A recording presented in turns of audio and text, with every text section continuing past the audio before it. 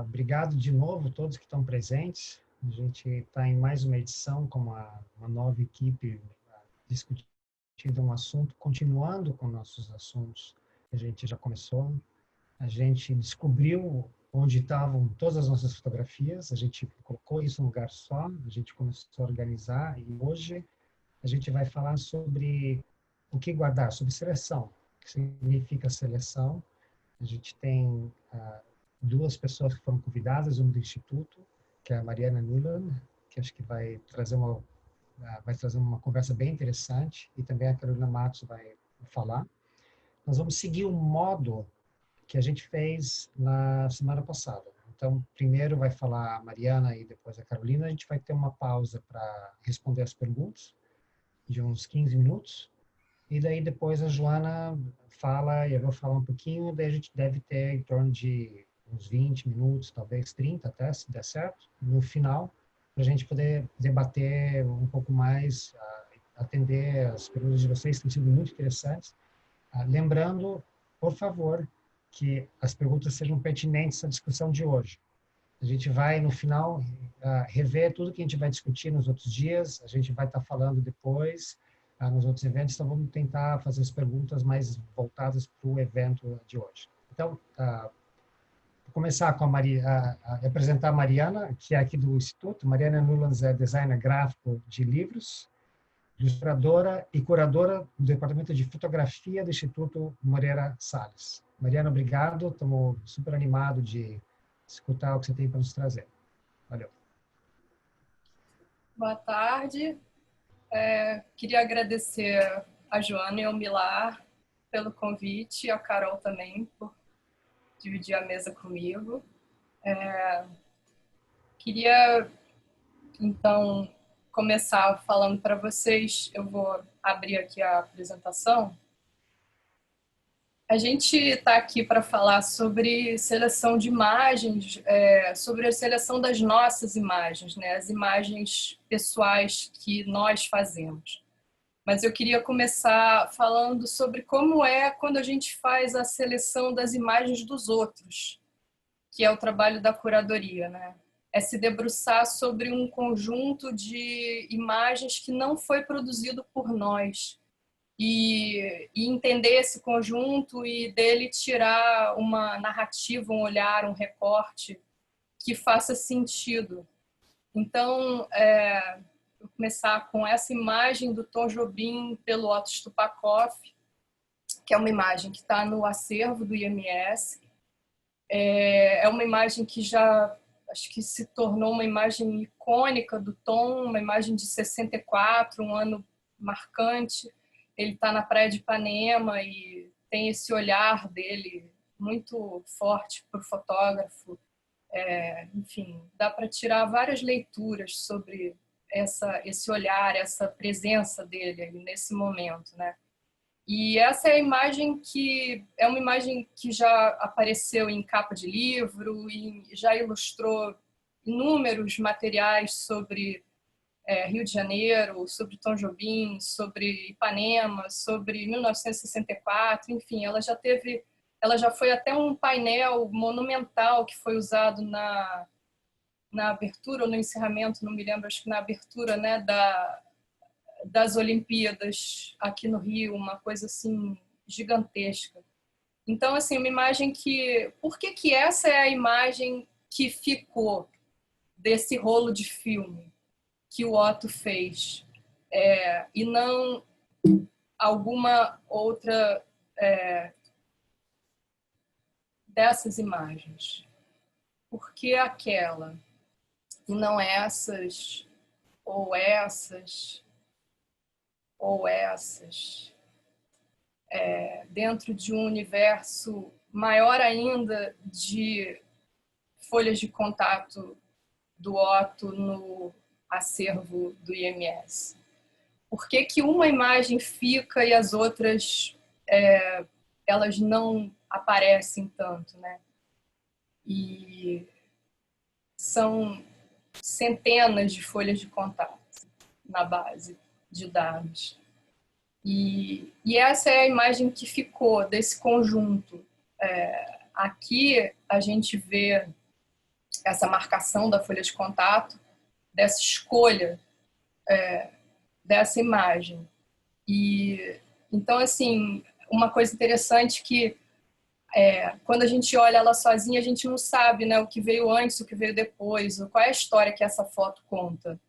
É uma imagem que é parte de um conjunto que começa com o Tom com o filho na praia e segue com outras imagens dele, sozinho. Porque essa imagem ela é melhor do que as outras? Ela tem alguma coisa que as outras não têm?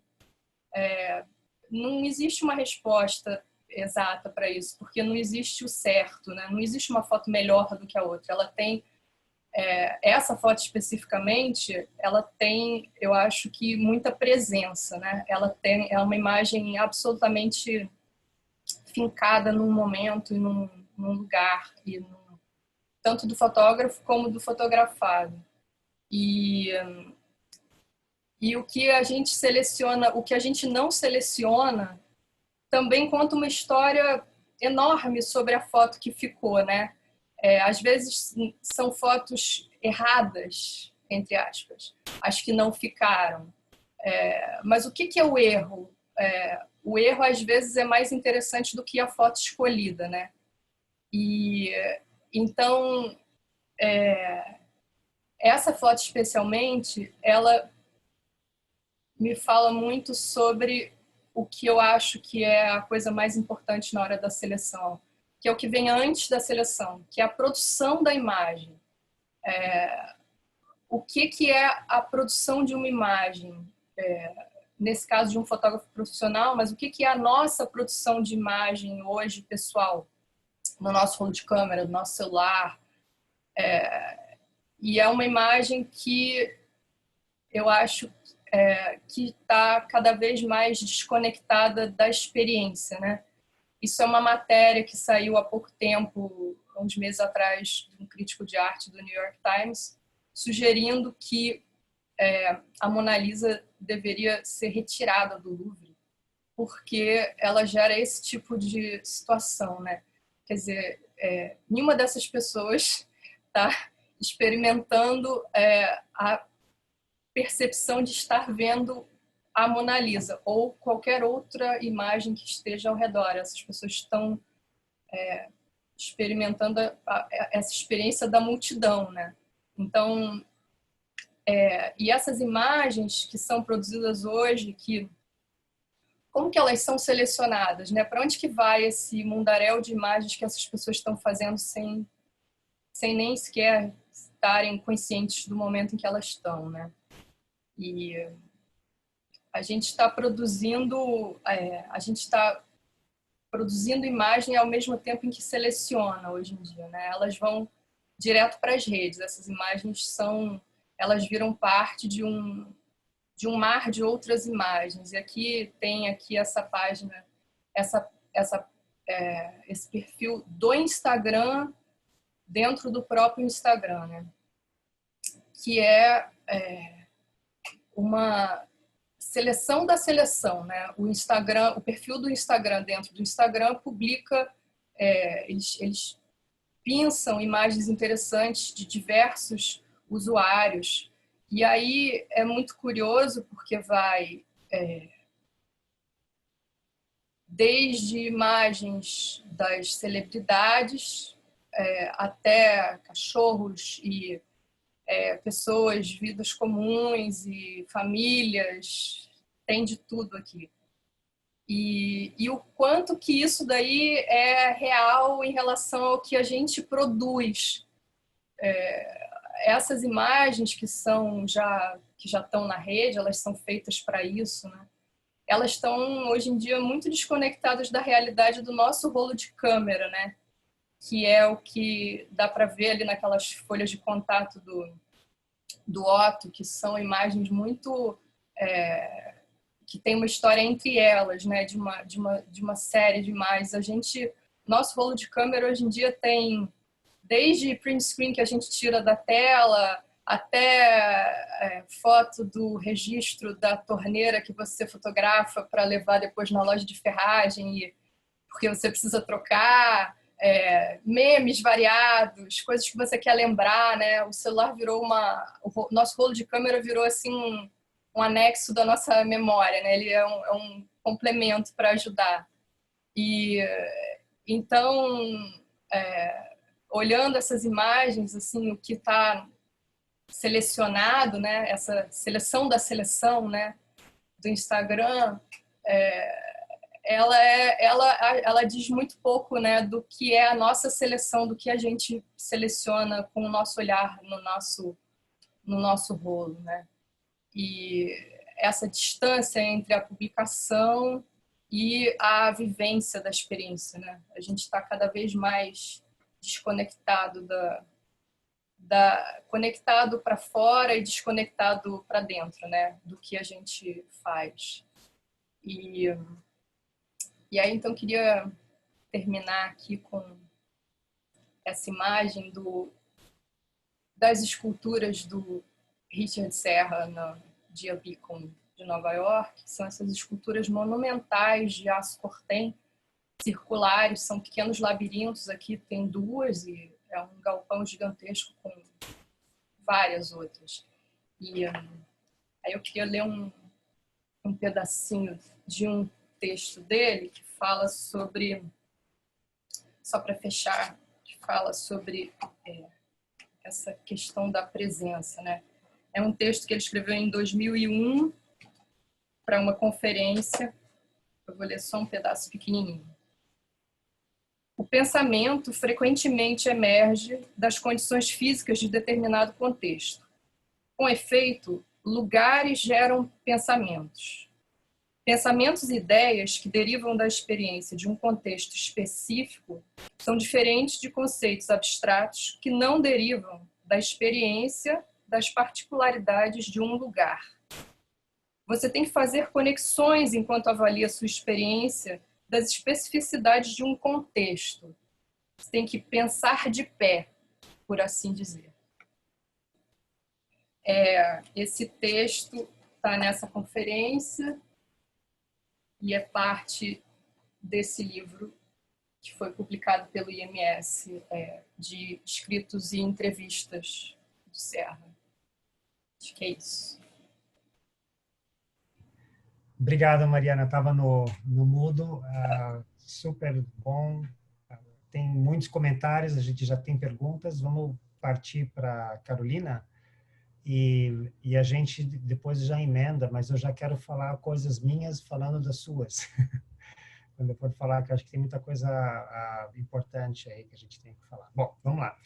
Carolina Matos, também obrigado pela sua presença. Ela tem 15 anos de experiência no campo cultural, elaborando projetos positivos e educativos, em colaboração com instituições como Então Cultural, Oi Futuro, Matadeiro e La Casa Encendida, de Madrid.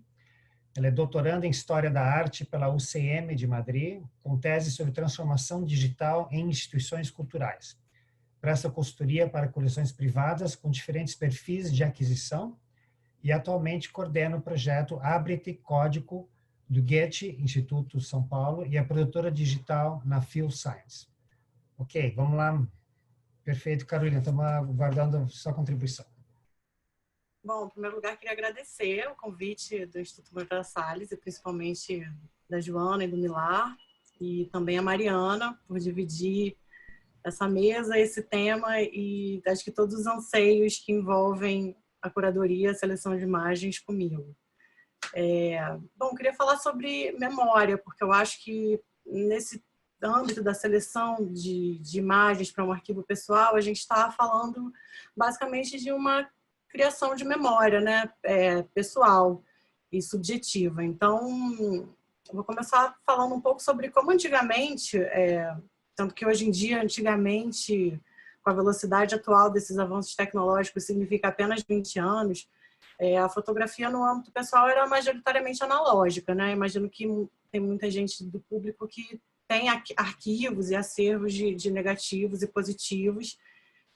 E para falar dessa memória, eu vou ter que pedir licença um pouco para os nativos digitais para contar uma história desse tempo que é um pouco dilatado e expandido, né? Onde as emoções tinham lugar no processo da produção de uma imagem.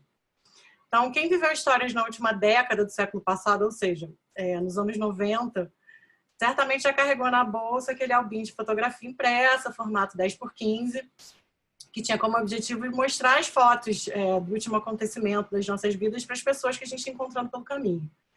Então, é aquela coisa, eu tenho que te encontrar para mostrar as fotos da viagem, ou tenho que te encontrar para mostrar as fotos do aniversário, da formatura, que parece que é uma expressão do século passado, né? E é. Então, através da experiência dessa fotografia analógica, predominantemente no formato 35mm, a gente vivia o que o fotógrafo catalão João Fontcuberta chamou de trajeto emocional da fotografia, no livro A Câmara de Pandora, que é o intervalo entre o tempo do clique e o encontro com essa foto revelada. Então, entre o fazer e o ver dessa imagem, dessa fotografia, entre o registro e finalmente a contemplação, a gente já teve que esperar 3 longos dias para ver uma revelação, e com a modernização da tecnologia e dos laboratórios rápidos, esse tempo caiu para 24 horas e depois o super luxo da revelação em 1 hora, né? Então, quem nunca deu aquela volta ansiosa no shopping para esperar a hora do encontro com as fotos e com o álbum de fotos? Bom, nesse meio tempo, o sujeito ele revivia a memória, né, do momento do clique, da composição da imagem, daquele evento super digno de ser registrado em filme. Então, a expectativa por essa foto, né, ela era permeada da subjetividade, né, das lembranças, de como já falou o alemão Walter Benjamin, num texto dele sobre o escritor francês Marcel Proust, um acontecimento vivido é finito, ao passo que um acontecimento lembrado é sem limites, porque é apenas uma chave para tudo que veio antes e depois. Então, o Benjamin ele dizia que o Proust ele não descrevia na obra dele a vida como ela é ou de fato ela foi. Ele descrevia uma vida lembrada por quem a viveu, e existe uma grande diferença entre uma coisa e outra, né? E assim também funcionava com as narrativas dos álbuns fotográficos de papelão e plástico, quando o dono do álbum encontrava alguém conhecido e ia narrando ali aquela foto por foto, o evento, o fato, o aniversário, a formatura, certamente como ele lembrava, né? E não como vivido. Então, a gente fala desse trajeto emocional entre o fazer e o ver, para colocar em perspectiva a ativação da memória como um processo inserido num tempo e num espaço. A mudança de paradigmas que ocorreu com a popularização dos telefones celulares com câmera impactou fortemente nesse tempo, né? Nesse tempo e espaço da memória construída. Então, na fotografia digital, é engraçado que a gente fala em abrir uma foto, né? E não revelar, é o abre de foto. E a carga mágica desse trajeto emocional, dessa imagem potencial, ela é eclipsada pela imagem instantânea, né? Pela aquela imagem funcionalmente imediata do clicou e foi, né? Então, hoje em dia, a gente substituiu aquele rolo de filme 35mm pelo rolo de câmera dos telefones celulares, que a Mari já comentou. E eu digo mais, eu acho que hoje em dia, mais do que telefone, a gente tem câmeras fotográficas que ligam, né? E que recebem mensagens. A gente mensura a nossa memória pelo espaço disponível nessa nuvem, né? Esse espaço intangível que guarda uma narrativa das nossas vidas e que é muito mais documental do que inventado. Então, é aquilo que a gente estava falando. Quem nunca fez uma anotação visual fotográfica, né? A tal da lista de compra, o registro do banheiro para loja de ferragem, ou aquela coisa do, não, vou tirar essa foto aqui para lembrar depois, né? Por outro lado, esse rolo de câmera com essas milhões de imagens, ele não deixa muito espaço para erros. Então, vou compartilhar aqui com vocês algumas imagens do meu rolo de câmera. Vocês estão conseguindo ver? Que são algumas capturas da tela que eu fiz do meu rolo aqui, procurando rapidamente, com repetições quase cinematográficas de cenas super cotidianas da minha vida, mas com muitas repetições, né? Com aquele frame que é quase um filme mesmo. Então, a gente tem aqui milhões de imagens que seriam como se fosse uma folha de contato, mas o fato da gente não ter o compromisso com as 24 ou 36 poses do filme e com o custo unitário da foto, afinal, ele liberta a gente desse medo de errar e ao mesmo tempo que ele perpetua a cautela do famoso tira mais uma para garantir, né? Porque mesmo hoje em dia com o digital, com os telefones celulares, acontece a gente querer repetir a foto, né? E apesar de a gente conseguir ver a foto na hora e ver se saiu um erro ou não, é muito comum esse lapso, né? Do ato do fotografar. Então, o fato é que essa é uma geração de duplicatas, né? Que seja por garantia ou seja pela hipersensibilidade dessa função do touchscreen, quando a gente pesa o dedo na tela quase sem querer, né? Aquela coisa do largar o dedo e aí quando solta foi 30 fotos, a gente gera acervos muito maiores do que o desejável e dificilmente a gente edita esses acervos no meio dessa velocidade vertiginosa do mundo virtual. Então, aquele clicar, esperar, imaginar a foto, finalmente ver a foto e aí sim compartilhar com quem você encontrando pelo caminho, se transformou no clicar compartilhar. Depois você vê, depois que compartilhou, você vê e revê a imagem através dos comentários das redes ou do olhar do outro, ou seja, uma participação, uma criação participativa, né, da nossa identidade visual. Bom, se o fotógrafo britânico Edward Muybridge ainda fosse vivo, ele certamente pensaria que os experimentos dele com o uso de múltiplas câmeras para captar o movimento poderiam ser os registros, né, esses registros ele fez no final do século XIX, seriam um presságio dessa velocidade com que a gente produz e compartilha e consome imagens atualmente, né? Ou um presságio do que seria o meu rolo de câmera. Hoje, milhões de pessoas por aí, que eu tenho certeza que tem muitas fotos duplicadas também. Porque é importante a gente comentar que nesse modelo, a gente muito mais consome as imagens do que a gente contempla, né? A gente não tem mais aquele tempo do parar para analisar cada foto, cada momento, escolher como fez o Otto, qual seria o antes e o depois, e por que ele escolheu aquela intermediária. Então, nessa produção, a gente dificilmente assume um erro, porque como a gente fazia com a fotografia analógica, né? Então, aquele piscou, saiu de boca aberta, ou não estava olhando para a foto, essas imagens elas entravam no álbum, né? Como um testemunho daquele momento, ó, fulano piscou, não abriu o olho para a foto, e depois até tinha aquelas brincadeiras dos adesivos que a gente colava com balãozinho.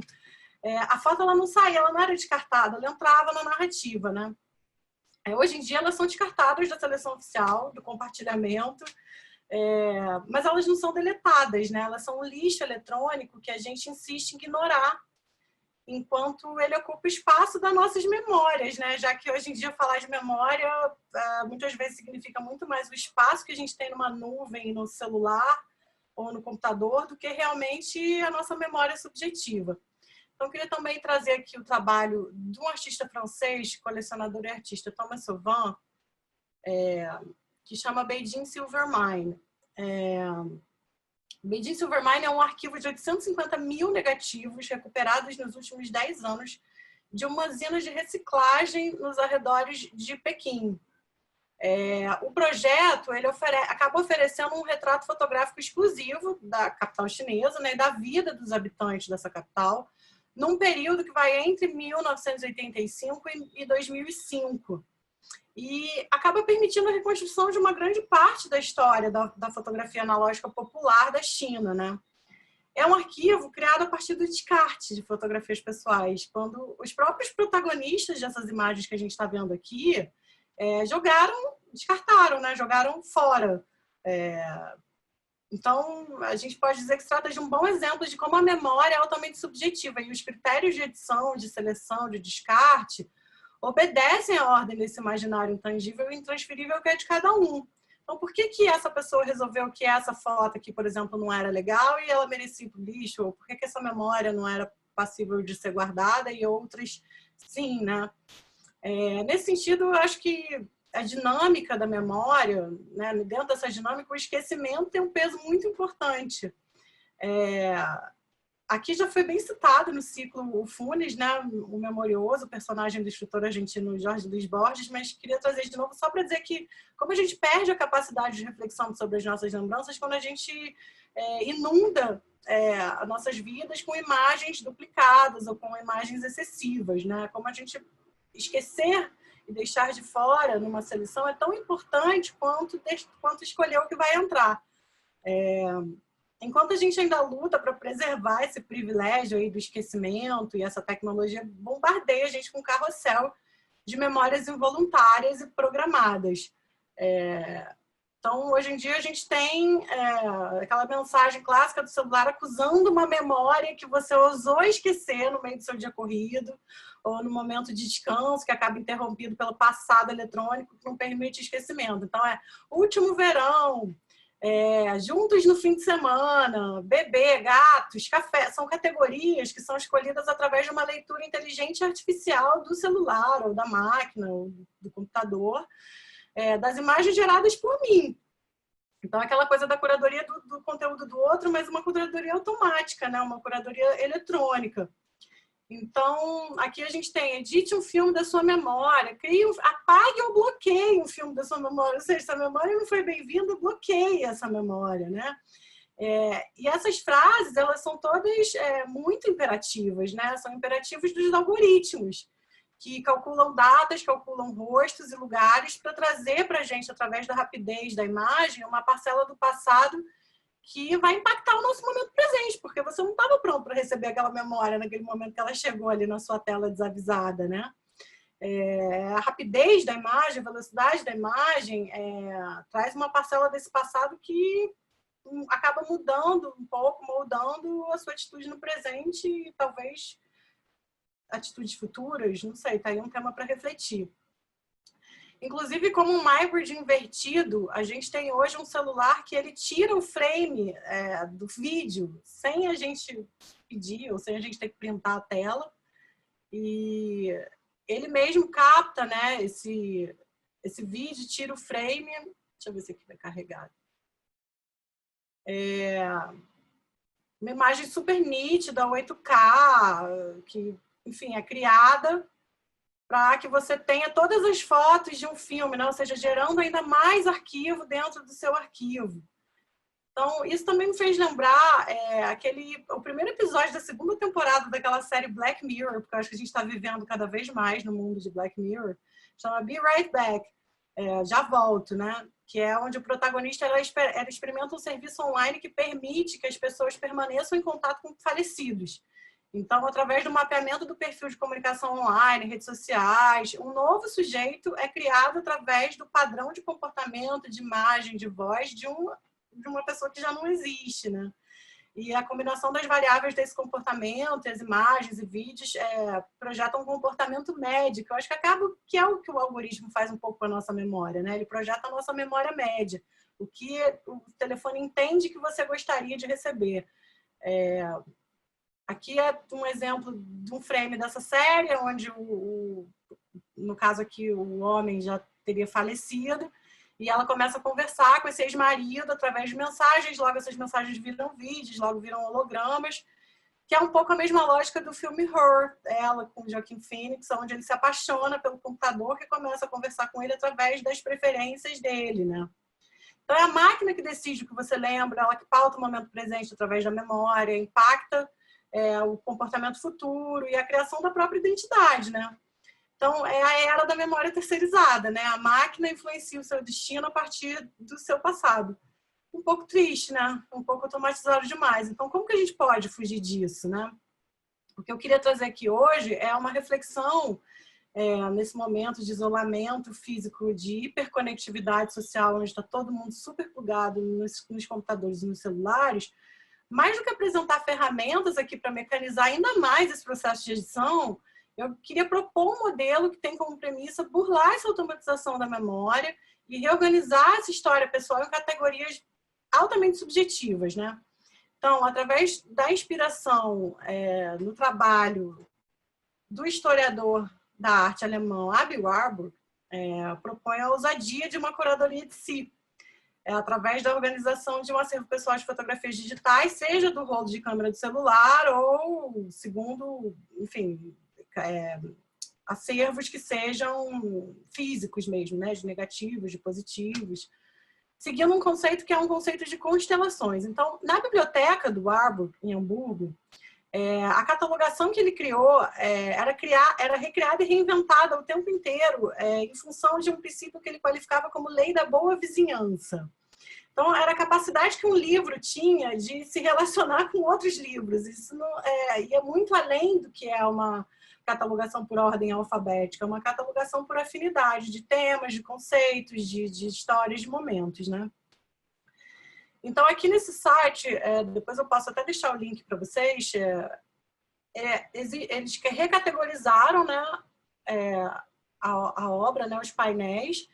Só para contextualizar um pouquinho, em 1924, o Abraham ele iniciou esse projeto que chama Atlas Mnemosine, sendo Mnemosine a personificação da memória, da memória na mitologia grega, né? A Mnemosine era a mãe das 9 musas e a personificação da memória.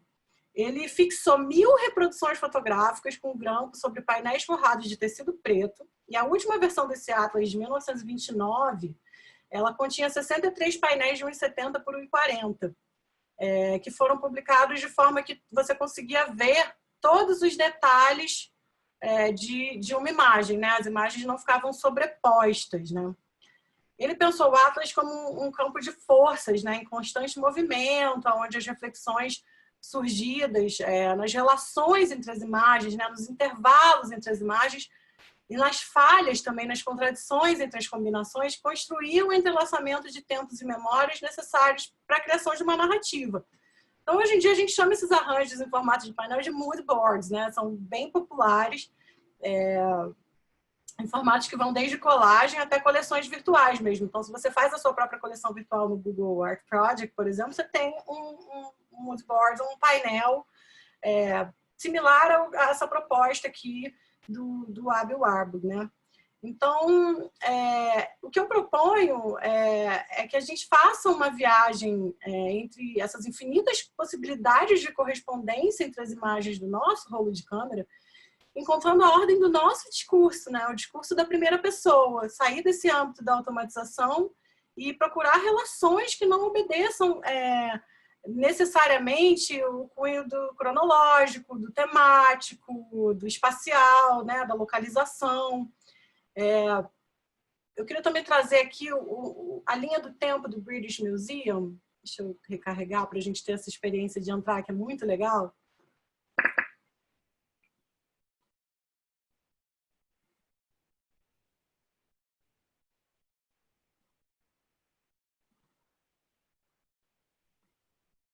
Ele tá...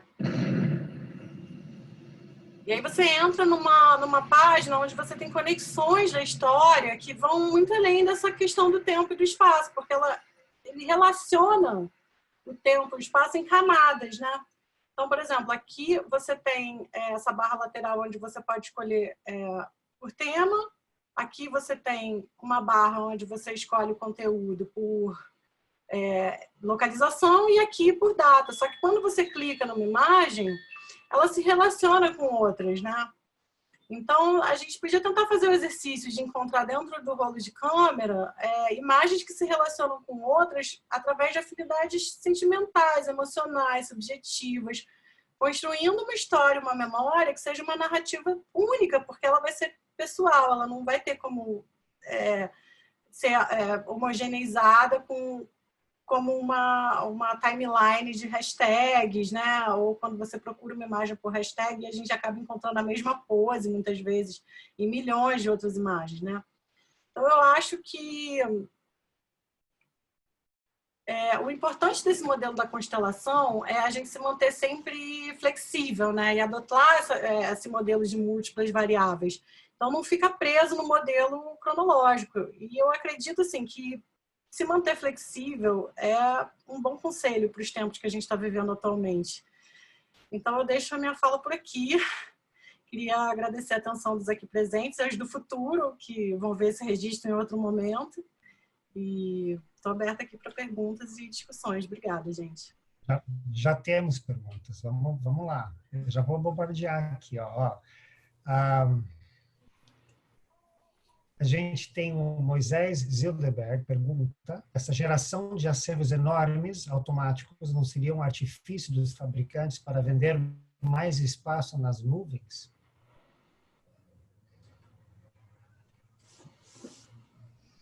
Com certeza tem bastante gente comprando espaço na nuvem sem querer pensar em editar o seu próprio conteúdo, né? Porque, afinal de contas, é muito mais fácil você dar o clique, botar ali sua digital, inserir sua senha e aumentar o espaço da sua memória do que realmente parar para refletir sobre o que vale a pena ficar e o que vale a pena descartar, né? E é aquilo que a gente estava falando sobre a geração de lixo eletrônico, que é uma questão que é muito pouco pensada atualmente, mas que eu acredito que daqui, não sei, aí o Milar vai poder dizer melhor, mas acho que daqui a uns 20 anos vai impactar fortemente, né, nesse mercado, porque a gente não vai... Como é que a gente vai gerar espaço infinito? Não existe isso, né? A sua foto ela não está na nuvem, ela está em algum lugar no banco de dados que você provavelmente não sabe aonde é armazenada, né? Você está pagando por isso. Então, eu acredito que, inclusive aproveitando esse momento atual que a gente está vivendo, uma boa iniciativa é rever, sem juízo, sem julgamento, apenas rever, apenas revisitar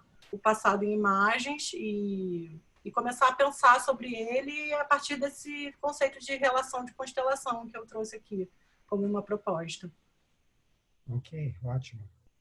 Tem um comentário do Ricardo Ledo que está contribuindo.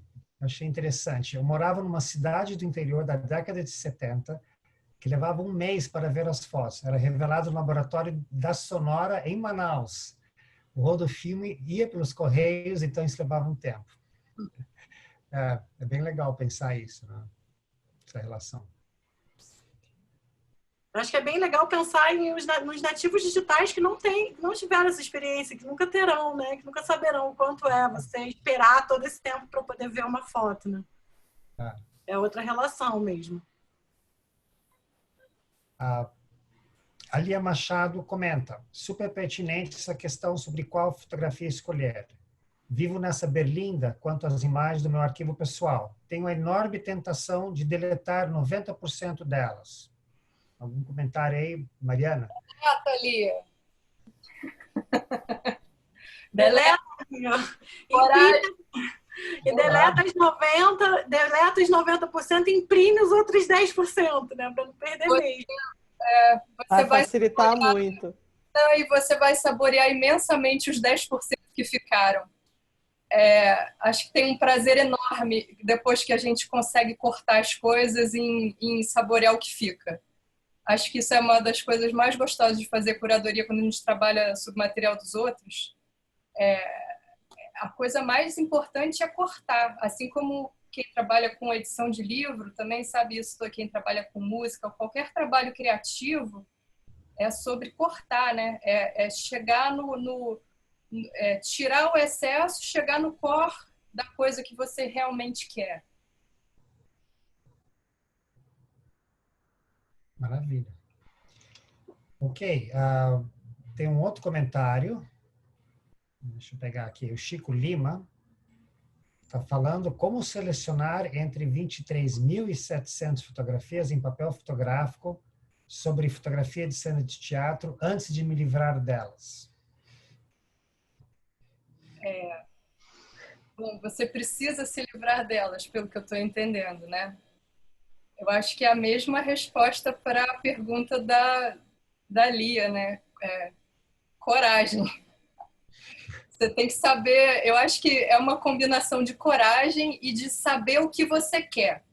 Eu acho que como você está lidando com material em papel, é diferente disso que a Carol estava falando, dos nossos rolos, do que fica nos nossos telefones, né? Agora, quando você tem um material físico na sua mão, né, de coisas que foram produzidas e que existem ali, você tem que saber o que você quer. Então, acho que, primeiro de tudo, antes de começar a fazer qualquer coisa, você tem que saber qual é o seu objetivo, o que você quer com esse material. E aí, depois, você parte para o corte. Mas é isso, uma combinação de foco com coragem, eu acho que é isso. Eu ainda diria mais, eu diria que você faz a seleção e aí você espera um tempo para poder descartar de fato todas as outras imagens, porque às vezes a seleção ela reverbera, né? A curadoria ela tem que ter um tempo para acontecer. Então você fez uma primeira seleção, daqui a pouco aquilo não faz mais sentido e nesse sentido o trabalho do Aby Warburg traz muito esse conceito do tempo, porque ele foi feito para ser flexível eternamente. Então a última versão do Atlas de Mnemosyne de 29 foi porque o Aby faleceu, mas a intenção dele é que esse trabalho continuasse sendo extremamente mutável, né?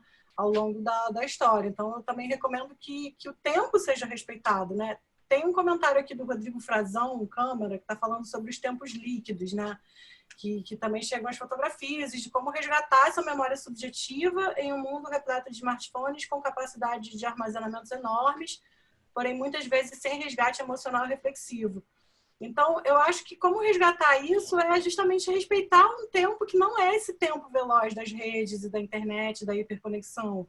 É desconectar um pouco mesmo, é você acessar o seu rolo de câmera sem o objetivo de compartilhar, ou sem o objetivo de, enfim, apenas vendo, né? Apenas vivendo e revivendo aquelas memórias, porque isso com certeza vai trazer ressentimentos e a partir disso você vai poder avaliar.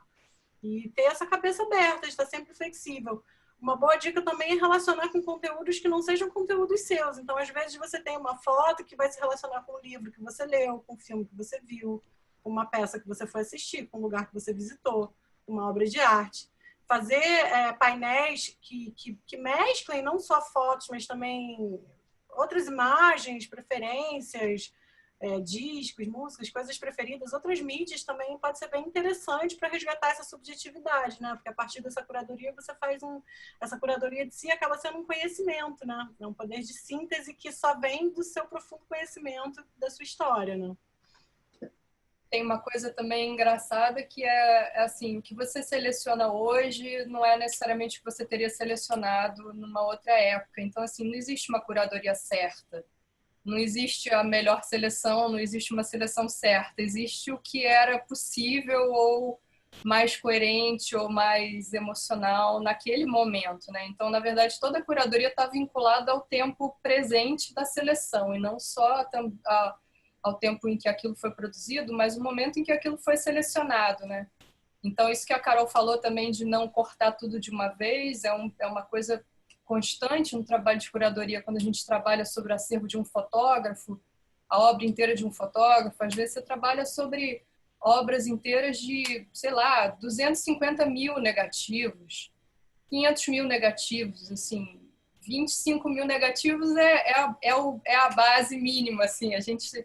Então, assim, quando você esgotar o olhar sobre esse conjunto, é muito difícil, então ele exige rodadas de seleção, né? Você vai fazendo rodadas, você não sai cortando tudo de uma vez, né? Você começa com, sei lá, de 20 mil, você reduz para 10, e aí depois você reduz para 1000, e aí você vai fechando até chegar. E às vezes essas coisas que saíram numa primeira rodada, elas voltam, porque à medida que a gente vai se envolvendo com a seleção, a gente vai enxergando caminhos dentro da curadoria que você não tinha enxergado no começo, porque às vezes você não tinha a noção inteira do conjunto. Então, às vezes, uma coisa que você botou de lado num primeiro momento, ela retorna, porque ela faz sentido agora, que você sabe mais sobre um outro conjunto que você viu depois. Então, é uma coisa viva, assim, não existe um corte único. E pessoas diferentes vão fazer curadorias diferentes sobre uma mesma obra, porque são olhares completamente diferentes, associados a tempos diferentes. Então, acho que, para responder essas pessoas que perguntaram como cortar, né, também aceitar que às vezes o que você vai fazer é o que era melhor para você naquela hora. E conviver com isso, e também conviver com as perdas das coisas que foram cortadas. Não tem problema perder as coisas. É bom, às vezes. E uma dica, assim, que é uma coisa que eu faço até hoje. Quando eu chego num número mais ou menos ideal de imagens, eu normalmente imprimo mesmo em baixa resolução, preto e branco, na minha impressora, recorto, e aí eu jogo tudo em cima de uma mesa. E como fazia o Árvore, eu vou fazendo relações, vou colocando umas do lado das outras para ver a importância de uma em relação à outra. Isso ajuda muito no corte também. Ajuda muito a identificar tanto duplicadas quanto, enfim, fotos que às vezes uma é mais potente do que a outra, e você vai fazendo opções através desse exercício visual. E também tem essa coisa de fazer essas mesas, eu faço também, e tem uma coisa de você conviver com a mesa, né? Que é uma beleza, assim, você não vai resolver tudo num dia só, então você vai fazendo aquelas seleções, você vai convivendo com elas, então você faz num dia, você passa uns dias, você volta, você revê uma coisa que você tinha feito, e aí aquilo vai tomando um corpo, né? Ó, tem mais perguntas aqui. Falando até da mesa, Luciano Costa pergunta como fazer a edição através do computador. Parece que a mesa continua sendo o grande instrumento de edição, mas como fazer isso através de programas? Quais programas? Eu acho que a Joana vai falar um pouquinho sobre isso. Nós vamos Sim. entrar um pouquinho na próxima etapa, Luciano. Tem um comentário da Thelma Madil. As instituições conhecidas como guardiãs da memória, arquivo, biblioteca e museus, não darão conta de guardar e ou assimilar toda essa produção. Será que essa produção é só para descarte, sem se preocupar com a memória? Descarte é sempre importante e o esquecimento também. Então, não. E aí? Eu acho que é um comentário super pertinente. Concordo com a Thelma que as instituições não darão conta de guardar e assimilar toda essa produção, assim como o indivíduo também não dá conta de assimilar toda a sua produção. E a produção ela não é só pelo descarte, ela está acontecendo, ela é excessiva e, consequentemente, o descarte terá que ser excessivo. Por isso que a gente tem que pensar com cuidado na seleção que a gente faz e trabalhar isso. E aí esse descarte ele vai ser feito com uma certa consciência e a gente mantém a nossa memória. De uma maneira até mais consciente. Que são camadas, né? Às vezes eu sempre uso essa expressão como se fosse um grande lixão, né? Você vai despejando todo dia uma nova camada que soterra as camadas. Então, de certa forma, se a gente não seleciona ou tira algumas coisas, elas acabam sendo soterradas. Acho que isso também é um dado importante. De alguma forma, elas vão entrar no esquecimento. Então, a gente tem que ter um trabalho de resgate, né? Que acho que é a ideia que a gente está falando da seleção.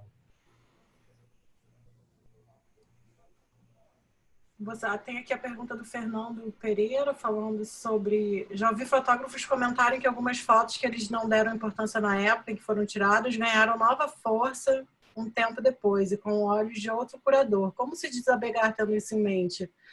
Trazendo um curador para te ajudar. Um curador, no caso, alguém que conheça, ou que conviva, ou em quem você confia para compartilhar a sua história e jogando, acho que as suas...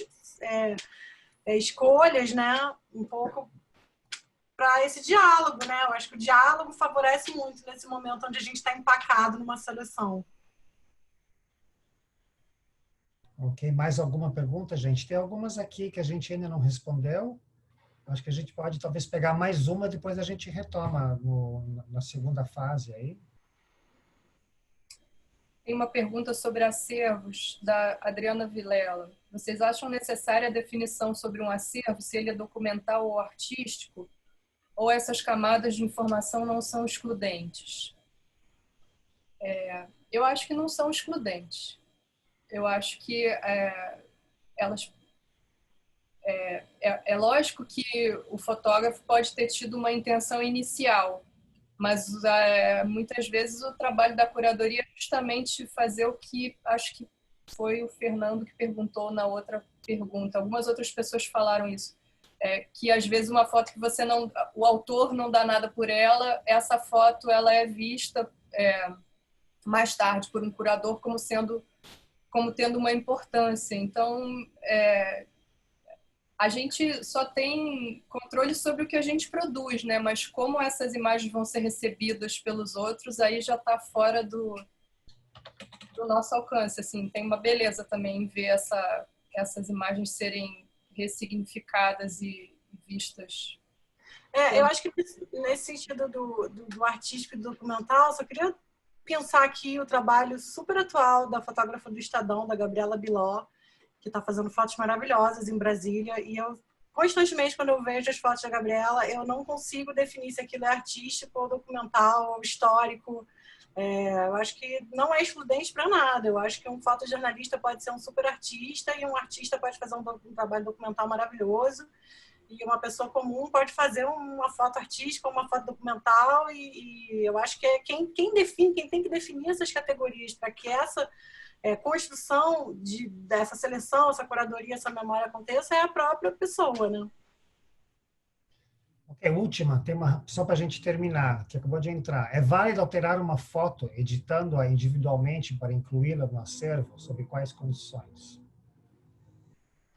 Acredito que é livre. Eu acho que essa questão da objetividade da câmera, da verdade de um registro fotográfico, a gente já superou faz tempo. Acho que o digital só veio para trazer mais evidência disso, né?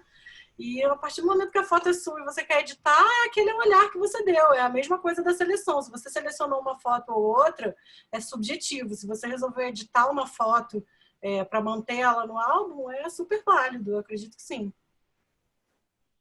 Perfeito, vamos continuar? Fala, Mariana, você quer comentar? Em acervo a gente vê isso o tempo todo, assim, as fotos que chegam no acervo e que foram alteradas pelo próprio fotógrafo. Às vezes dá um pouco mais de trabalho para os pesquisadores, mas é divertido também. Às vezes você não sabe a história de uma foto, você leva às vezes meses para decifrar o porquê daquela alteração, por que o fotógrafo fez aquela alteração, qual é a foto original.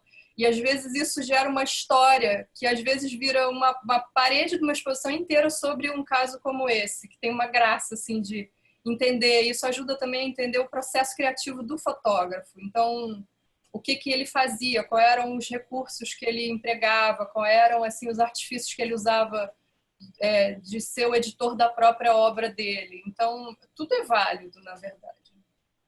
Ok, vamos dar uma continuidade. Vamos partir agora para a Joana.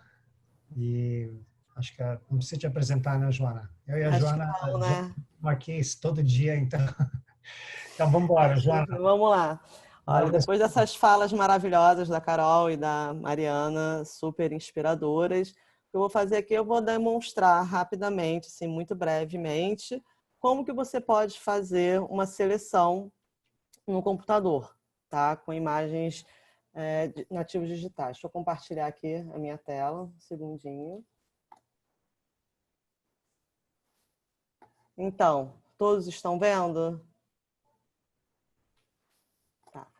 Então, aqui, olha, eu escolhi o Bridge, que é um software livre, um software de organização de arquivos.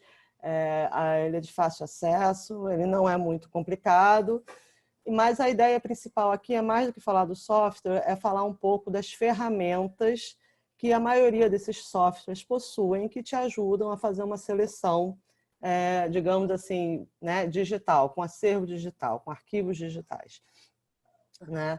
Então, olha, eu separei aqui um conjunto de 250 imagens de gatos, tá? A primeira coisa que eu faço, eu escolho a ordem que eu vou classificar. No caso aqui, ó, eu estou escolhendo fazer uma classificação por data de criação, tá? Porque nesse caso vai me ajudar a questão cronológica. Eu poderia estar fazendo por nome de arquivo, muda a minha ordem. A questão é que quando você faz por nome de arquivo, e aqui eu tenho imagens que vieram de diferentes câmeras, eu perco um pouco, né, a ordem, a minha lógica que eu estou querendo trabalhar. Então, aqui nesse caso, eu estou trabalhando com data de criação. Não sei se vocês conseguem visualizar, vou aumentar aqui um pouquinho para vocês verem, que é legal que cada imagem aqui, que a gente chama de uma miniatura ou um thumbnail, ela vem acompanhada aqui de alguns dados que você pode escolher quais colocar aqui, tá? Só para vocês terem uma noção, aqui em preferências, miniaturas, você pode escolher. Olha, aqui eu tenho umas palavras-chave que eu criei. Se eu tiro e coloco tamanho, ele muda, né? Então, você pode trabalhar de maneira que você visualize aquilo que mais te interesse no seu trabalho. Então, é importante, quando você escolhe algum conjunto de imagens ou vai trabalhar com algum acervo, que você também pense um pouco o que você quer, né? O que você quer filtrar, né? Então, aqui é um sistema que você trabalha com um sistema que eu chamo ou filtro, ou peneira, ou pirâmide. Eu prefiro trabalhar com a ideia do filtro. São similares, né? Então, a primeira coisa que eu faço quando eu tenho um conjunto desse é bater o olho neles e talvez apontar aqui com label vermelho uma imagem que eu sei que eu não vou querer usar. Então, você tem essa opção, label, rótulo, de você, né, escolher as cores que você quer e identificar, né, fazer a sua própria organização usando, né, essa ferramenta de rótulo, tá? No caso aqui desse material, como eu tinha vários gatos aqui diferentes, eu resolvi criar palavras-chave, Tá? No Bridge você tem aqui, você pode criar palavras-chave e você adiciona a imagem. Por exemplo, aqui eu só tenho biju e gatos, mas se eu quiser, eu posso colocar aqui Rio de Janeiro. E aí ele já aparece aqui. Então, isso ajuda. Por que eu escolhi palavras-chave e coloquei aqui? Porque quando eu volto aqui, eu posso usar elas como um tipo de filtro. Então, eu tenho 250 imagens, mas eu só quero trabalhar com foto. Então, eu também estou trabalhando aqui, ó, com esse filtro aqui, que é tipo de arquivo. Então, eu vou tirar aqui, ó, os formatos que são de vídeo. Eu quero só os JPEGs, que são as minhas imagens. Então, aqui os 250 caíram para 243. Mas, em vez de eu ficar agora olhando imagem por imagem, vendo o que eu quero, eu resolvi que não, eu só vou trabalhar com um gato. Não vou trabalhar com 2, com 3, vou trabalhar com um gato e escolhi trabalhar com um gato Momô. E aí, aquele 243 já caíram para 87 itens. Tá? Aí, eu tenho aqui esse meu conjunto, né, de fotos do gato Momô. No início, todos os meus thumbnails, eles não têm essa classificação de estrelas. Eles vêm aqui assim, ó, sem nada. O que né, eu faço? Eu coloco 2 estrelas naquelas imagens que, ok, podem me servir. Tá? E aí, depois que eu coloco essas 2 estrelas, eu posso vir aqui e colocar, me mostre somente as 2 estrelas. Nesse caso aqui, eu vou também selecionar as 3 e as 4 estrelas para explicar o meu passo seguinte. Né? Quando eu estou aqui, né, vamos dizer que todas essas imagens estão aqui com somente 2 estrelas, não com 3 estrelas assim.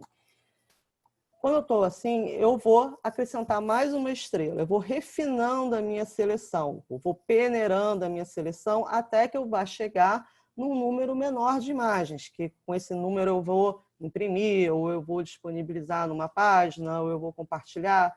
Enfim, a ideia é reduzir o número de imagens, né, fazendo a sua seleção. Então, aqui eu coloco assim, porque se eu não tiver aqui habilitado, né, essas 3, quando eu coloco, né, 100 estrelas, por exemplo, que não está aqui habilitado, aquela imagem some. Então, eu costumo, né, colocar aqui. Então, eu vou tendo de 2, vou acrescentando mais uma estrela, viram 3 estrelas, e aí depois eu elimino as 2 estrelas e ficam só com as 3 estrelas. Aí, na sequência, né, o meu número já caiu agora para 29.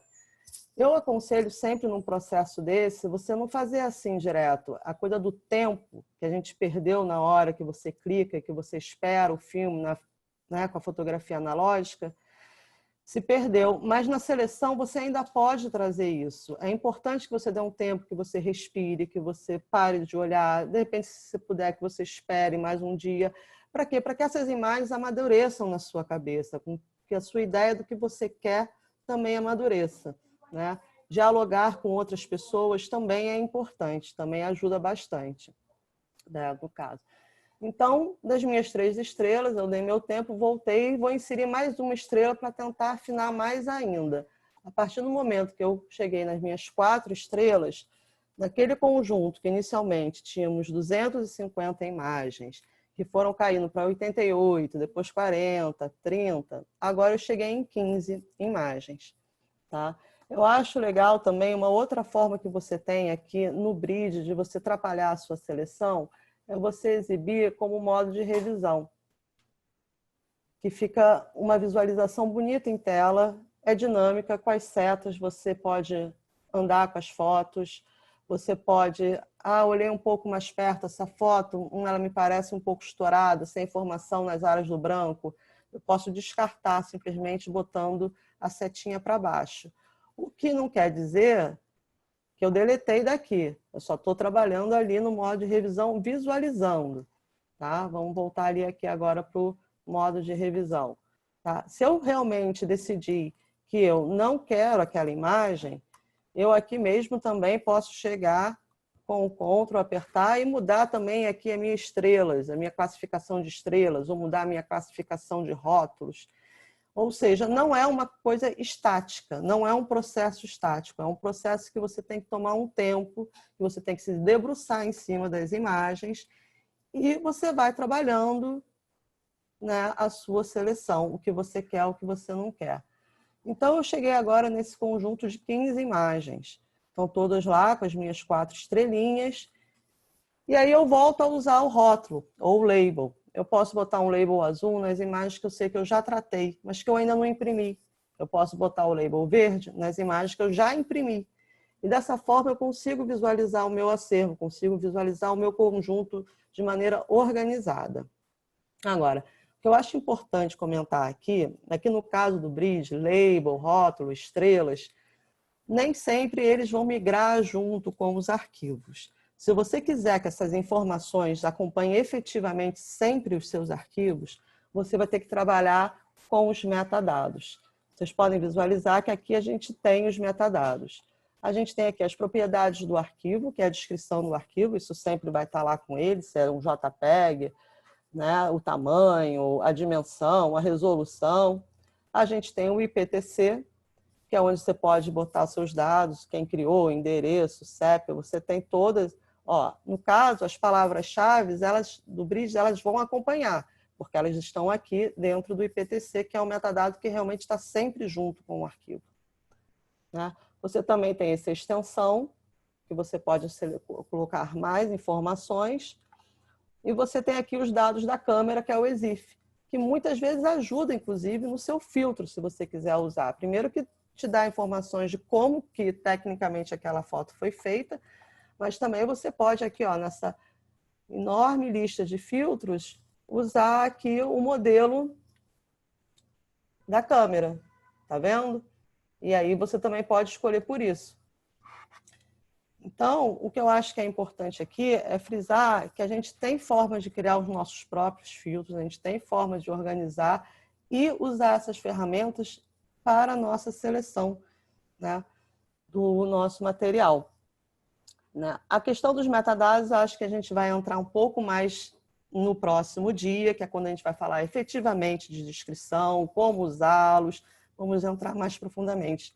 Acho que o importante aqui era mostrar como que é importante você trabalhar com a ideia do funil. Você primeiro tem um grande conjunto, você olha esse conjunto, seleciona parte dele, depois com calma você revisa, faz mais uma outra seleção, até chegar ao número ou ao ponto que você acha que atendeu às suas demandas. Então, assim, foi uma demonstração mais para que o pessoal saiba como trabalhar o seu acervo pessoal e possa fazer as suas seleções, facilitar no trabalho de vocês. Então, era um pouco essa a minha contribuição hoje. Deixa eu interromper aqui. Perfeito. A gente tem uma ação, o Bridge é grátis, tá? Depois a gente volta para as perguntas. Era um programa que fazia parte de um conjunto e a Adobe acabou de uns anos para cá, é um download gratuito. Você tem que ter se cadastrar e ter um número ID da Adobe para poder baixar. E tem tanto para PC ou para Macintosh, e também alguém perguntou se dá para ver outras coisas. Sim, ele é tipo, a gente chama de um browser. Então, você é uma janela, você pode ver todos os arquivos que você tem. E eu uso muito para isso, por exemplo, para ficar meio que navegando as minhas pastas. Você vê PDF, você vê arquivo Word, você vê tudo, né? É, um gerenciador de arquivos, né? Qualquer tipo de arquivos. Ok, bom, eu vou continuar e depois a gente tem, eu também espero que seja uma fala um pouco rápida e seguindo a fala da Carolina e da Mariana, a gente fica para depois, né? Mas vai dar certo, vamos lá. Então, eu queria mostrar, achei engraçado, né, Carol, você falou dos aplicativos, mas falando dos aplicativos que controlam as coisas, a gente falou na semana passada, é isso aqui que eu queria mostrar, né? A gente comentou de softwares que conseguem encontrar arquivos duplicados e, obviamente, isso é uma coisa que, se o arquivo realmente é uma duplicata, ele é idêntico, a gente deve dar um jeito de eliminá-lo, entendeu? Porque senão a gente vai ficar com duplicatas. Eu comentei na semana passada que eu peguei de vários laptops, computadores, HDs, etc. Como eu não tive tempo de organizar tudo, eu joguei numa grande pasta sabendo que ia ter duplicatas. Eu tinha quilos de duplicatas, muito. E a ideia é limpar tudo isso através de software. Não dá para fazer isso na mão, tem que ter muito cuidado. E também existe a possibilidade de alguns desses softwares procurar por fotos semelhantes. E você pode ter um deslizador que determina o nível de semelhança, muito semelhante ou talvez nem tão semelhante. E aqui é só curioso mostrar que ele pescou 4 fotografias como sendo semelhantes, e na verdade é uma sequência de imagens, né? E que eu estou descendo um escorregador lá no Sesc Interlagos, então tem uma sequência de imagens que são consideradas semelhantes. Se eu clicar em autoseleção para o software selecionar o que ele vai eliminar, ele vai guardar só essa última foto minha e vai perder a sequência toda. E a sequência é importante, eu gosto dessa sequência, eu acho que ela tem importância de preservar. Então, aqui do lado esquerdo, você vê que de 4 fotos, 3 estão sendo jogadas fora e assim por diante. Ele vai fazendo esse critério. Então, acho que a gente tem que estar atento de como funcionam esses softwares, que tipo de algoritmos eles usam, que tipo de informação estão usando para determinar o que fica e o que não vai. Então, não necessariamente a gente deve jogar fora fotos semelhantes. Né? Essa é uma coisa que eu vou falar daqui a pouco. O que a gente faz com esse bando de fotos semelhantes? Então, vou mostrar mais uma outra coisa. Eu tinha comentado também que... eu acho que estou nessa tela, correto? Vocês estão vendo essa foto aqui? Acho que sim. Tá, aqui tem, de novo, 4 fotos idênticas. E eu posso olhar aqui na data de captura, que eles têm exatamente a mesma data. E aqui, de fato, são fotos duplicadas. E você tem, então, essa seria a foto que está verde. Foi a foto que ele escolheu. São todas iguais. Eu posso ver, o legal desse software é que ele permite ver os metadados aqui, que é o tamanho do arquivo, a resolução, quantos tem de resolução, qual o tamanho da imagem, em pixels e tal, e eu posso ver que eles são iguais, têm a mesma data de criação, mesmo minuto. Então, com certeza, não teve nenhuma edição em nenhuma dessas imagens, eu posso rodar o software e jogar isso fora e ficar só com essa imagem. Então, beleza. Então, vamos nisso aqui que eu queria mostrar para vocês. Eu acho que uma das coisas que já foi falado aqui, e acho que a ideia de reforçar um pouco, é um pouco essa ideia do que ensina a seleção.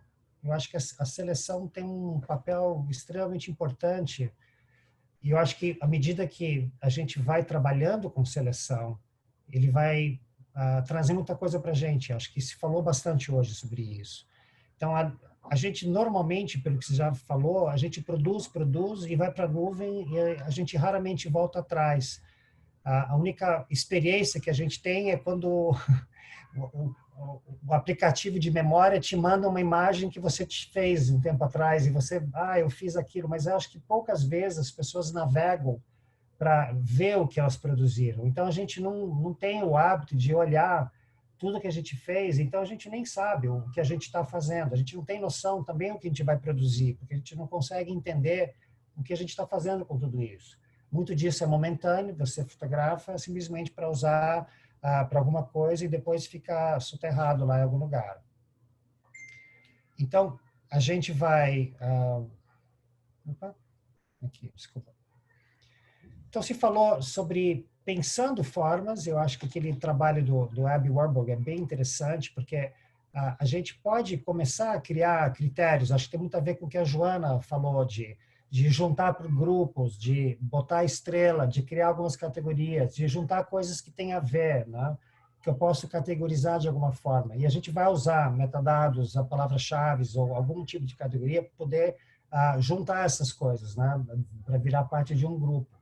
A gente está pensando também em conteúdo, mas também em contexto, coisas que têm alguma história parecida, né? E a gente quer criar relações entre esses grupos, a gente quer procurar essas relações de coisas que, de alguma forma, falam um pouco do que a gente está fazendo, porque, no fundo, a gente acha que fotografa aleatoriamente, mas talvez tenha um padrão que, olhando o seu material, você possa perceber que tipo de coisa que você está fazendo, ou fotografa, se tem alguma linha do material que você faz que é mais interessante para você. E à medida que a gente vai olhando isso, a gente vai também entendendo o que não é tão interessante, o que talvez seja realmente algo de uma forma ou outra descartável. E daí a gente pode começar a pensar também numa questão de descarte, de coisas, se falou bastante disso hoje, de coisas que não tem muito interesse, não quero guardar. Eu mostrei algumas coisas aqui que a gente já falou hoje, que acho que é também curioso. Aqui no canto superior esquerdo é uma foto do meu neto, que tem uma foto com nome, é o mesmo nome, né? Mas ele foi usado diferentemente e ele foi reduzido em termos de tamanho, então a qualidade dele é bem pior e a foto da esquerda é maior. Então, são essas duplicatas que o software consegue pescar, que eu posso pôr de guardar o arquivo com tamanho maior, etc. Aqui no canto superior direito, hoje já não tenho mais isso, eu não salvo, né? Eu percebi que eu tinha uma opção, quer dizer, é engraçado como fabricante, quando você instala o software, ele muitas vezes as preferências são as melhores para ele e as piores para você, porque durante muito tempo todas as fotos de WhatsApp que todo mundo mandava para mim entravam no meu rolo de câmera e daí eu ia olhar minhas fotos, era cheio de coisa como isso aqui.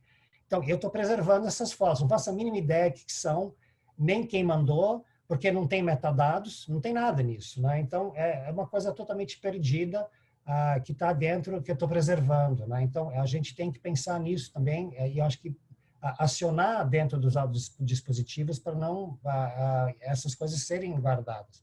E aqui embaixo, eu só vou trocar o registro do banheiro, que a Carol falou, pelo encanamento da cozinha.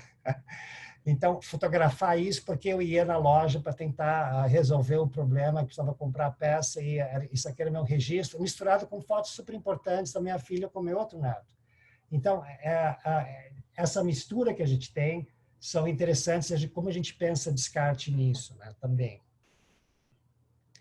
Então, eu acho que, em algumas palavras rápidas, assim, a ideia de ver tudo que foi produzido, a gente olhar para esse volume, a gente começar a pensar de formas de agrupar, e isso tem muito a ver com o que foi falado também semana passada, a ideia de uma taxonomia, a gente vai falar sobre isso de novo semana que vem, tentando entender quais são os grupos que me interessam, né? A Joana mostrou gatos, são os gatos dela, né? Então, isso é importante para a memória dela, dos gatos que ela teve e tal, isso é um contexto. Pensar em critérios ou agrupamentos ou as constelações, né? De juntar coisas que têm muito a ver uma com a outra, e isso vai ser uma coisa pessoal e uma coisa que a gente vai conseguir fazer. É difícil, eu acho que a Mariana falou uma coisa interessante, né? Assim, ela está editando material de outras pessoas. Se a gente não fizer isso, talvez alguém faça, mas a gente nem sabe se isso vai acontecer. Pode ser que ninguém faça e vá tudo embora. Então, o que passa na minha cabeça é o que vai ficar, né? O que eu estou produzindo, o que vai ficar. Será que, naquele exemplo que a Lia falou, dos 90% que vai embora, vai ficar 10%? Ótimo. Talvez seja isso, né? Que fique 10%, né? Que fique o que é importante para a gente. Qual que é o nosso legado visual? O que eu vou deixar? Né? Porque se a gente trabalha com fotografia, o que vai ficar para a próxima geração? Quem quer que seja, se é filho, ou se é para a cultura, para a sociedade, para o museu, enfim, o que vai ficar como legado visual? E eu acho que isso é uma pergunta válida também. Quantas imagens eu vou deixar quando não estiver mais por aqui?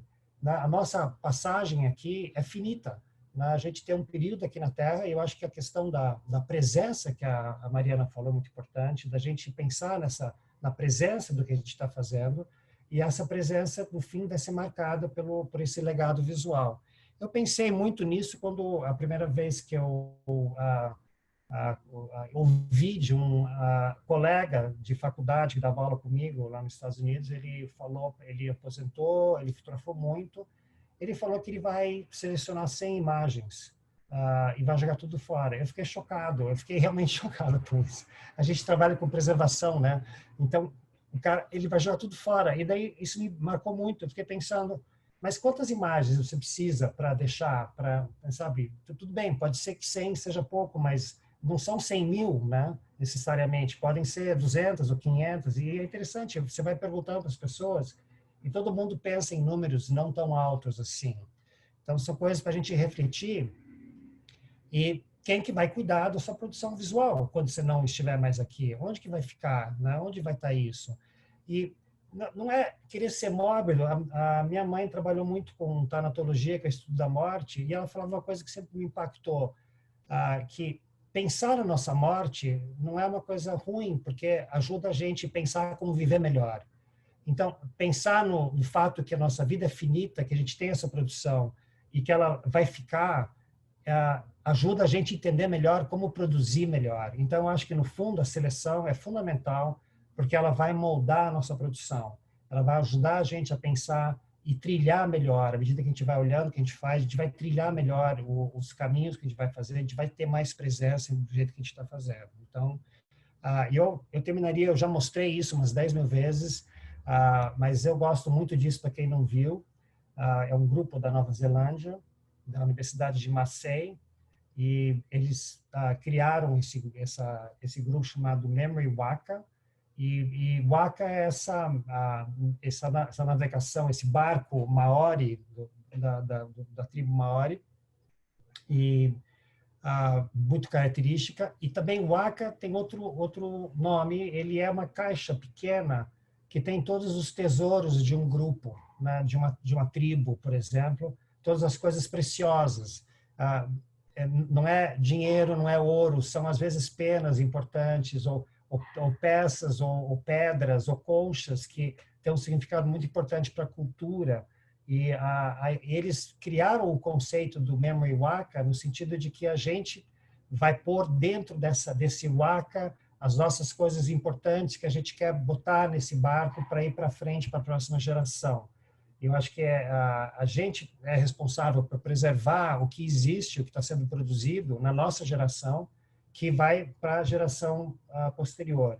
Então, acho que são perguntas importantes. Eu acho que a Thelma comentou sobre os lugares de memória, né, que talvez não vão conseguir preservar isso, e é uma preocupação. O nativo digital é volumoso, e como que vai ser a preservação disso para as próximas gerações, para essa, inclusive, né, e para as próximas. Então, é isso. Eu acho que a gente pode ir para perguntas. Vocês andaram vendo perguntas aí, gente? Sim, eu acabei de ver uma. Aqui, posso responder essa porque ele coloca que ele já tinha perguntado na última conversa que a gente teve, é do Fernando S. Pereira. Pergunta novamente. Quem trabalha com Lightroom acaba ficando com vários arquivos da mesma imagem. Exemplo, CR2, DNG, vários tipos JPEG para cada novo corte ou diferente tratamento de arquivo. Como organizar essa redundância? Quais desses arquivos vocês indicam que devemos manter ou descartar? Bom, eu acho que primeiro você tem que diminuir o número de tipos de arquivos que você fica. Eu sugeriria ficar com DNG, você faz o tratamento no DNG, o tratamento que você fizer lá vai estar nos metadados, se você quiser voltar ao original, você consegue voltar. Se você quiser fazer algum tipo de tratamento que você não consiga fazer através do Camera Raw e queira ir para o Photoshop, vai querer gerar algum TIFF, a minha sugestão é que você faça isso e salve isso em PSD, em camadas, que aí você vai ter o registro do que você tratou e você também vai poder voltar, caso você queira voltar. Então, você fica só com esse PSD como um arquivo de tratamento e vai organizando e trabalhando nas suas camadas. E você gera o TIFF para a finalidade que você for usar. Uma publicação, né, uma impressão. Se você estiver trabalhando com diferentes formatos, tipos de espaços de cor, um CMYK, uma gráfica, um RGB com uma impressão fine art, você vai ter que acabar guardando os dois. E, no máximo, um JPEG só, de preferência do arquivo já tratado, finalizado, que você pode usar como visualização ou passar de maneira mais rápida através da rede. Isso seria a minha sugestão.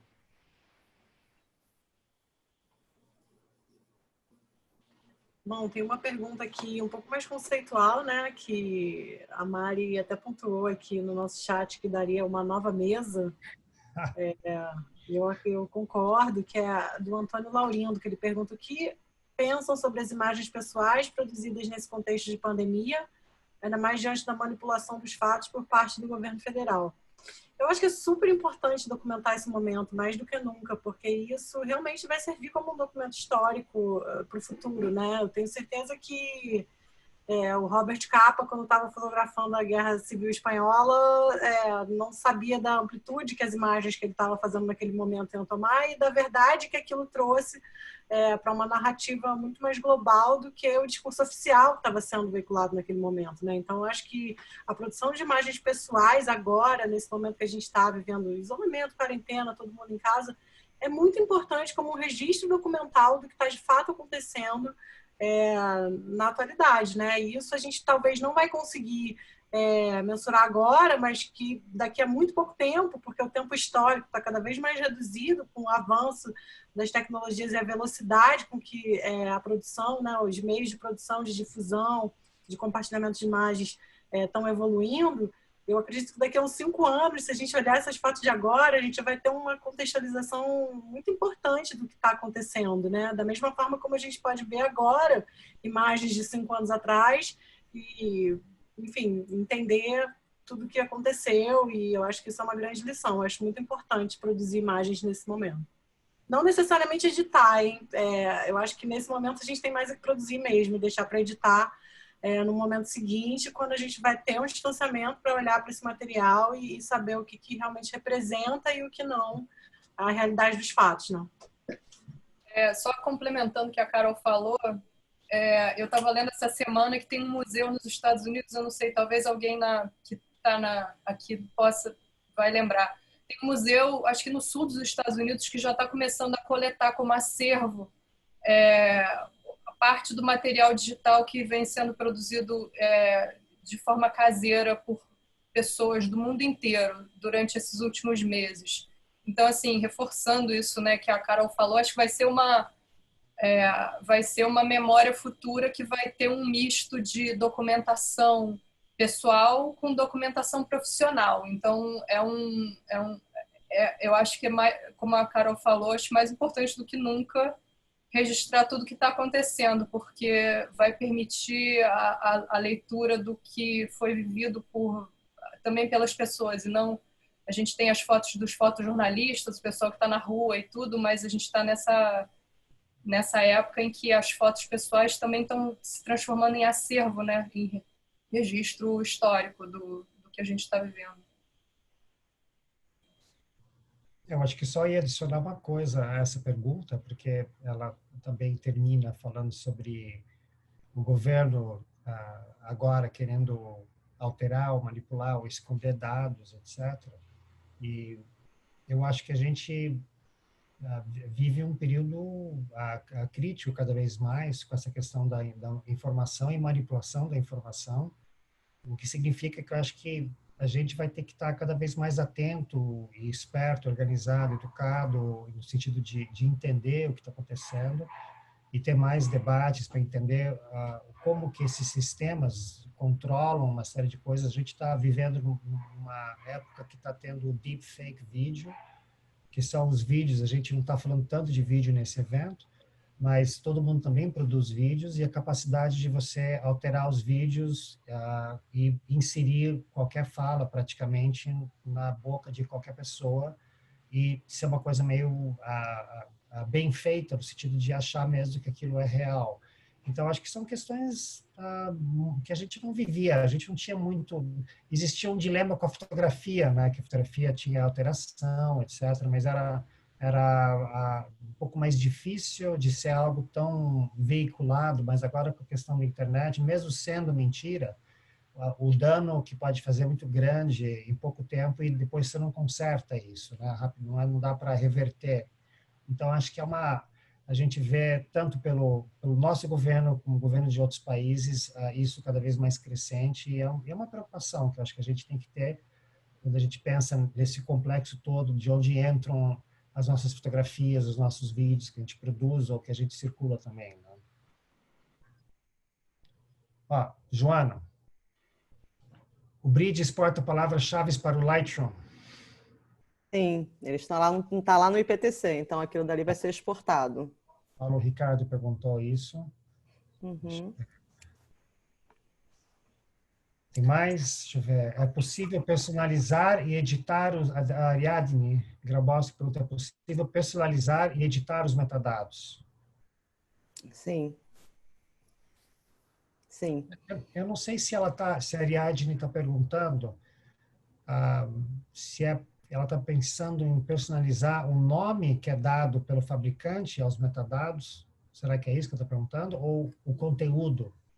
Bom, se for isso, aí é um pouco mais. Isso não dá, né? Principalmente aquele PTC e tal, aquilo dali já vem bem fechadinho, a não ser que você realmente crie um outro sistema para inserir. O que a gente fala que você pode personalizar é quais os dados que você vai preencher e meio que de que forma, isso sim, isso dá para você selecionar o que que você vai fazer. Tem uma outra pergunta sobre, né, se os metadados, quais os metadados aparecem no Explorer. Olha, no Explorer geralmente aparecem coisas muito mais básicas, tipo data de criação, data de modificação, última data de abertura, tipo de arquivo, qual aplicativo que está abrindo ele.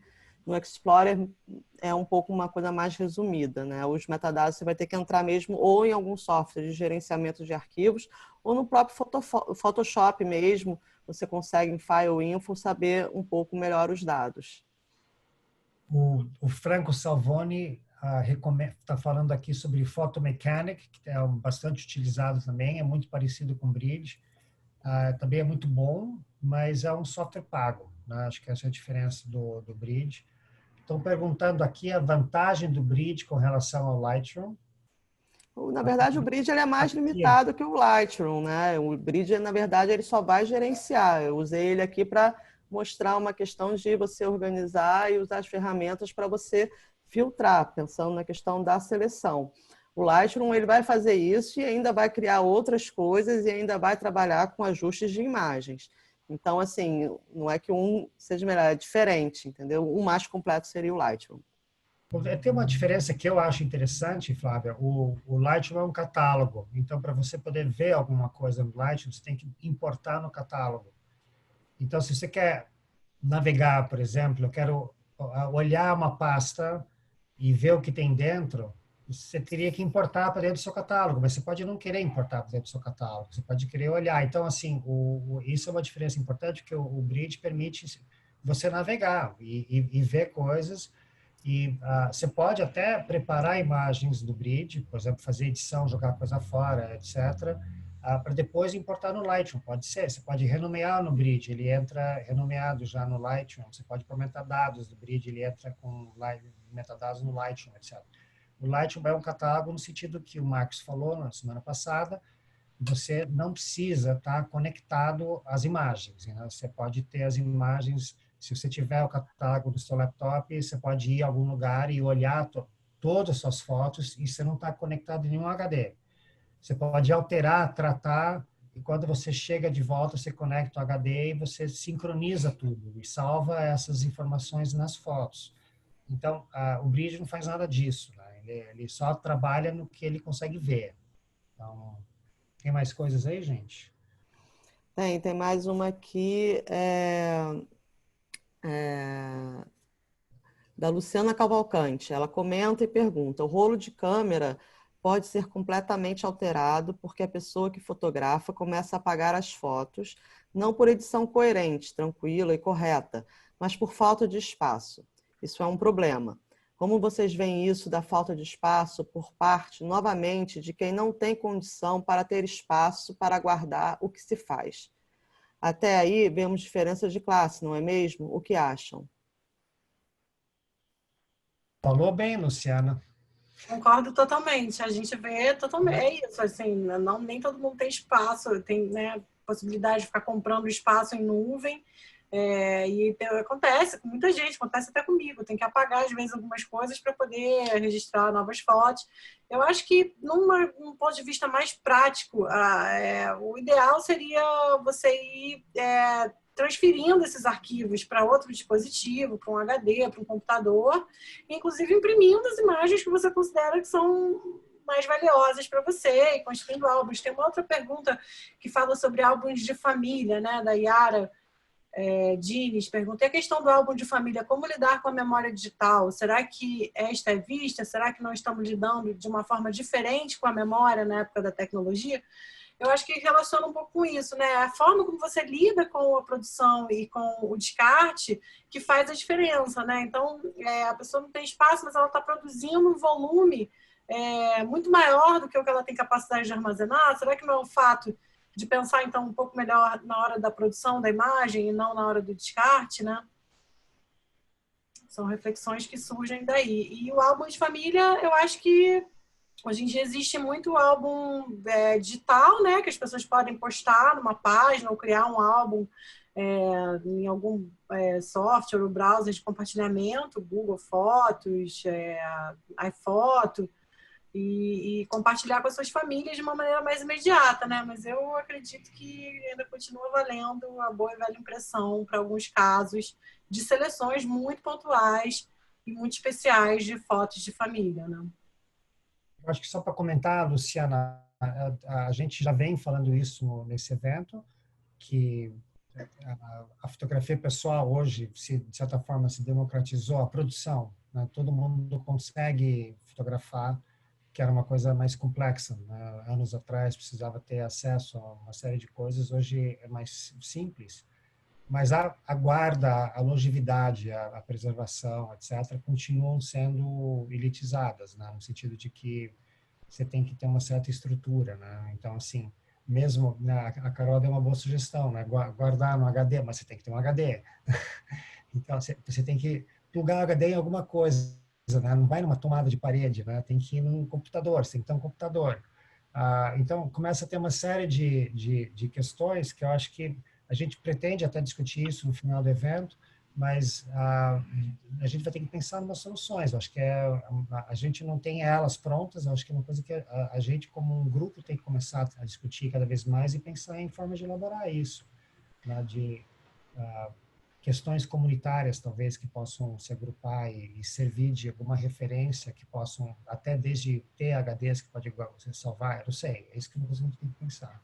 Tem muita gente que usa como estratégia o próprio compartilhamento nas redes, né? Você postar no Instagram, no Facebook ou em qualquer outra rede de compartilhamento de imagens acaba gerando um registro e um armazenamento que não é numa nuvem paga, não é numa nuvem sua, não é o recomendável também, porque no dia que acabar, né? Acabou o Orkut, acabou o Fotolog, e agora? Todas as minhas fotos que estavam lá, eu perdi.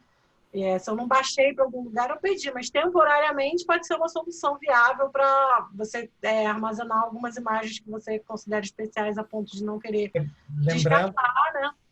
Lembrando que a gente falou que elas vão ficar muito inferiores de qualidade, né, Carol? Elas vão ficar reduzidas, comprimidas e vão... Inclusive o próprio WhatsApp, né? Ele comprime as imagens. Então, você enviar através desse e-mail como uma forma de guardar, você está reduzindo a qualidade da imagem, né? É legal prestar atenção nessas questões técnicas também. Agora, lembrando a questão da seleção no rolo, no digital, com o celular, que você vai, fotografa, faz vários cliques, às vezes você faz essa seleção já para entrar na rede. Isso também pode ser um critério, entendeu? Você pode usar isso como, né, uma forma de seleção. Tem pessoas que criam contas nesses sites para coisas específicas, né? Quer dizer, você tem um Instagram seu, onde você bota coisas públicas, tem pessoas que criam um Instagram separado, fecham, fazem uma conta privada só para a família, por exemplo, e vira meio que o seu álbum, ou só para trabalho, ou só para, enfim, você pode designar usos, né, para essas redes e fechar elas e só dar acesso a determinadas pessoas, que é uma forma de armazenamento que não é na nuvem, mas ainda assim existe uma escolha, né, sobre o que vai para lá, porque você não pode subir o rolo de câmera inteiro para dentro do Instagram ou de nenhum outro lugar.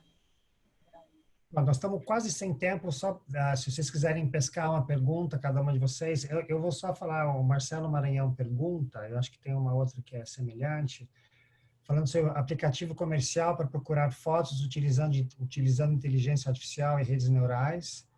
Você treina e depois ele pode aplicar isso para o acervo. Eu acho que a gente está caminhando para isso. Nós vamos falar um pouco mais sobre isso semana que vem, quando a gente falar um pouco de automatização, né, de quem vai fazer os metadados. Mas eu acho que a tendência é caminhar para isso, porque esse volume de fotos é tão grande que a gente não consegue ver, tá certo? Assim, eu cheguei a fazer um cálculo uma vez, nem vale a pena entrar aqui, mas se você olhar uma foto por segundo, demoraria, acho que 200 milhões de anos para ver todas as fotos que foram produzidas, entendeu? o que a gente produziu, uma pessoa vendo uma por segundo. Então, assim, a gente não consegue ver nada do que é produzido, assim, a gente individualmente. A nossa pequena passagem por aqui, então os sistemas conseguem debulhar isso e olhar. Então, acho que existe um grande crescimento desses sistemas, e a gente tem que estar atento. Nós vamos falar um pouco o que significa isso na semana que vem. Vocês, alguma última pergunta? Pescando aqui.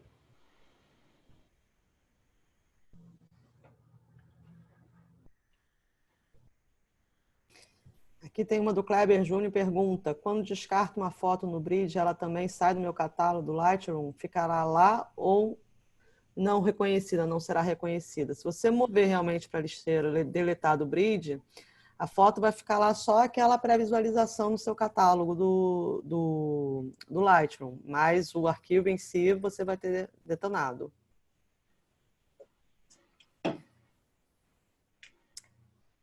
Mais alguma? Tem algumas.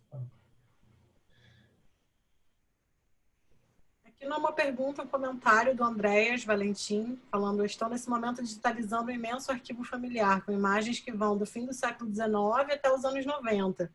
Resolvi digitalizar tudo, mas acho que vou repensar após as falas de hoje.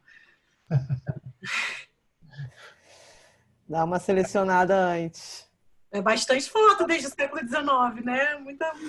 Vários álbuns de família. Muito legal ter um arquivo como esse tão completo, né? Muito pouca gente tem acesso a uma história visual familiar tão completa, mas realmente digitalizar tudo, eu acho que é um trabalho que vai levar mais tempo para digitalizar do que para ver mesmo, né? Todas as imagens e questionar a seleção para um álbum, né? Outro comentário aqui, do Sandro Souza: criei uma rotina para no momento do armazenamento ter somente aquelas imagens que realmente merecem ser arquivadas. Porém, não apago nenhuma enquanto estão no celular ou câmera, cartão. Transfiro todos para o computador, faço um pente fino, não final, e somente quando for armazenar, seleciono as que entraram no acervo. Quer dizer, tem a ver com o que a gente falou, né, de ter esse tempo, né, de poder, né, meio digerir isso até a hora de armazenar, tomar essa decisão. Interessante. Bom, acho que é isso, né? Já passamos um pouquinho. Só para retomar, a semana que vem a gente vai falar sobre descrição, como descrever, então metadados vai ser forte. Eu acho que a gente vai fazer uma amarração do que a gente veio falando nas últimas 3 semanas. A gente vai estar com a Roberta Zanata, do Instituto, eu e a Joana, e a gente vai falar, então, quem vai fazer esses metadados. Quer dizer, a gente vai fazer, mas também a gente vai pensar de como os sistemas automáticos estão pensando em fazer. E o que significa isso, quais são as vantagens ou problemas ou dilemas dessa automatização. Acho que a Carol mencionou essa questão, né, dos softwares fazendo tudo pela gente, e no fim, como que a gente fica com isso, e acho que isso vai ser uma coisa importante. Depois, nuvem, armazenamento, daí a gente vai falar de nuvem. Tem uma pergunta aqui sobre baixar da nuvem, a gente fala na semana 6, depois a gente vai falar sobre acesso e as questões do acesso, e daí a gente vai falar de imprimir, voltar para o analógico. Vai ser bem divertido também, e daí tem essa última semana final que a gente vai ter umas pessoas que a gente ainda não definiu, que vai ser um evento um pouco surpresa. Vamos ver como é que vai ser o último, o fechamento do programa.